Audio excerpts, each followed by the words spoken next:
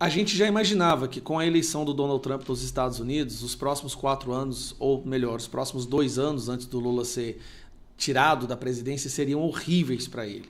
Só que, na verdade, a gente está em estado de choque e saber que vai ser muito pior do que nós havíamos imaginado. A esquerda, o governo, está em desespero absoluto. Comprar briga com os Estados Unidos nesse momento final do mandato dele praticamente acaba com as chances de reeleição. Mas vamos lá.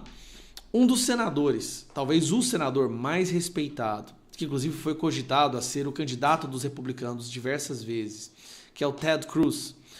O Ted Cruz, que é do estado do Texas, o estado mais rico dos Estados Unidos, né? Ou um dos mais ricos. Durante uma comissão, fez questão de falar do Lula, chamando o Lula de um apoiador do chavismo. Assim, detonando o Lula. É impressionante, a imprensa do Brasil está tentando esconder isso. Mas o Lula virou um pária internacional. Nenhum país quer saber de se aproximar do Lula mais, a não ser ditaduras genocidas. China, Coreia do Norte, nós temos agora a Rússia se aproximando do Lula. Agora os países democráticos estão se afastando dele cada vez mais. Não se esqueça que na ONU o microfone dele foi cortado. Pois o senador Ted Cruz, assim, me desculpa usar esse termo, mas ele realmente detonou, cagou na cabeça do Lula e é bom demais ver isso aqui. Mr. Nichols, I'm deeply concerned that the Western Hemisphere is being overwhelmed by anti-Americanism, and that countries across the region are aligning themselves with our adversaries and our enemies. I'm deeply concerned that former U.S. allies are being replaced by leaders who are actively hostile to us and our interests, and that the Biden administration has chosen to embrace many of those leaders. President Biden warmly hosted Lula da Silva at the White House and called him a close friend. Lula is an anti-American Chavista who embraces the Chinese Communist Party, Vladimir Putin, and the Iranian regime. I'll note that President Biden has not extended the same courtesy to Israeli Prime Minister Benjamin Netanyahu, and indeed the Biden White House has made clear that Israel's Prime Minister is not welcome in the Biden White House. Now, one of the very insidious ways that our adversaries and our enemies have infiltrated the region is through corruption.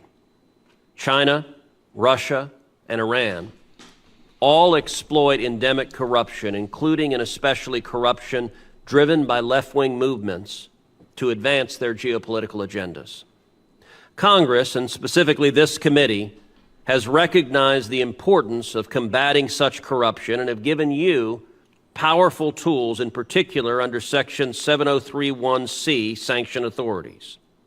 The Biden administration has used these sanctions repeatedly across the Western Hemisphere, but not, I'm dismayed to say, not against the left-wing anti-American communists who are aligning with Russia and China and Iran. Quite Brasil, no caso, né? the opposite. Again, the Biden administration has looked the other way at malign behavior from such actors. Well, Brazil. Bolsonaro, a pro-American leader, was replaced, to the Biden administration's cheering, with an anti-American radical, Lula. And there is corruption likewise in the Lula government. In February, Lula allowed 2 of Iran's most advanced warships to dock in the port of Rio de Janeiro. The United States opposed that act, at least formally. In fact, the United States sanctioned those ships with what are supposed to be powerful designations, and yet it happened. I believe the Lula government's corruption played a significant role in their decision to ignore the Biden administration and allow the docking. Do you agree with that assessment? And has the Biden administration enforced any sanctions related to that instance, and in particular to the Brazilians providing material support to the Iranian ships? The administration engaged our partners throughout the hemisphere, and we're very pleased that the Iranian ships were not able to dock anywhere else. We're deeply disappointed that one of the 2 ships was able to dock in Brazil, the other was offshore. I refer you to OFAC for any additional information on Has the Biden administration sanctioned the Brazilian government, led by Joe Biden's self-described good friend, the anti-American leftist Lula? Have you sanctioned the Brazilian government for violating U.S. law and allowing the Iranian ships to dock? I would refer you to OFAC as to whether or not they've made a determination that action violated. You don't know whether you've sanctioned Brazil? I would refer you to OFAC. Do you know? I would refer you to OFAC. Do you know the answer? That's a yes or no question. Do you know whether the Biden administration has sanctioned Brazil? I am not aware of any sanctions with regard to that specific situation. Nor am I, and that's the problem. Nós estamos vendo em todos os níveis do governo americano, Senado, deputados federais, os congressistas nos casos, né? Agora, obviamente, Donald Trump, uma mobilização para realmente ir atrás do Lula, porque o que eles estão percebendo? O Lula está entregando o Brasil para o eixo do mal, o eixo da ditadura, que é esses países que ele mencionou, Irã, Rússia, China, se tornando cada vez mais anti-americano, um país que sempre foi parceiro dos Estados Unidos. Tínhamos os Estados Unidos como nosso parceiro comercial número 1, agora já é a China, graças a políticas de esquerda. O Brasil virou um celeiro da China, completamente dependente economicamente falando. E aqui a gente está vendo agora a mobilização para vir com sanções contra o Brasil. Isso sem falar as sanções jurídicas que vai acontecer em relação aos ministros do STF que participaram da instalação dessa ditadura, que eles pintam de democracia relativa ou sistema judiciário relativo, mas que na verdade é reconhecido hoje por grande parte do mundo como sendo sim uma ditadura que persegue seus opositores políticos. Muita coisa vai acontecer. Eu sei que o governo daqui está tentando passar essa mensagem de que não vai dar nada, isso aí quem tem a perder é ele, muito pelo contrário.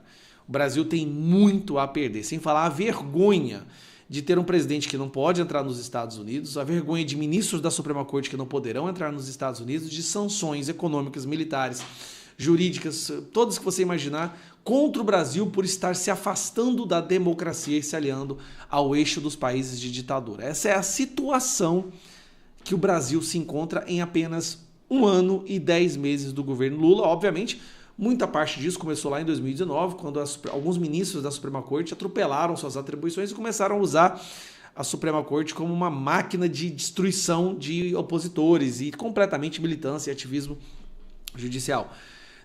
Não se assuste, muita coisa vai acontecer. E eu sei de algumas, mas pelo que eu estou vendo, tem mais coisas sendo organizadas paralelamente e vai ser mas um período muito ruim para a esquerda no Brasil e para aqueles que querem se tornar ditadores nesse país. Como a gente vive num mundo globalizado, não tem como você tomar ações aqui dentro sem repercutir lá fora, inclusive ter consequências lá fora. E essas consequências virão. Pode ter a mais absoluta certeza.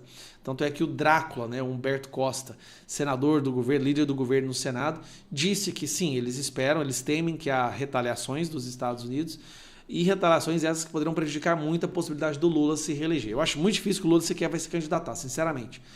E sem falar na crise econômica, na explosão dos gastos do nosso governo, eu acho muito difícil que o Lula sequer tente ir para a reeleição. Agora o que a gente precisa fazer, obviamente, é tornar Bolsonaro elegível. Eu acho que vai ter muita pressão dos Estados Unidos nesse aspecto também.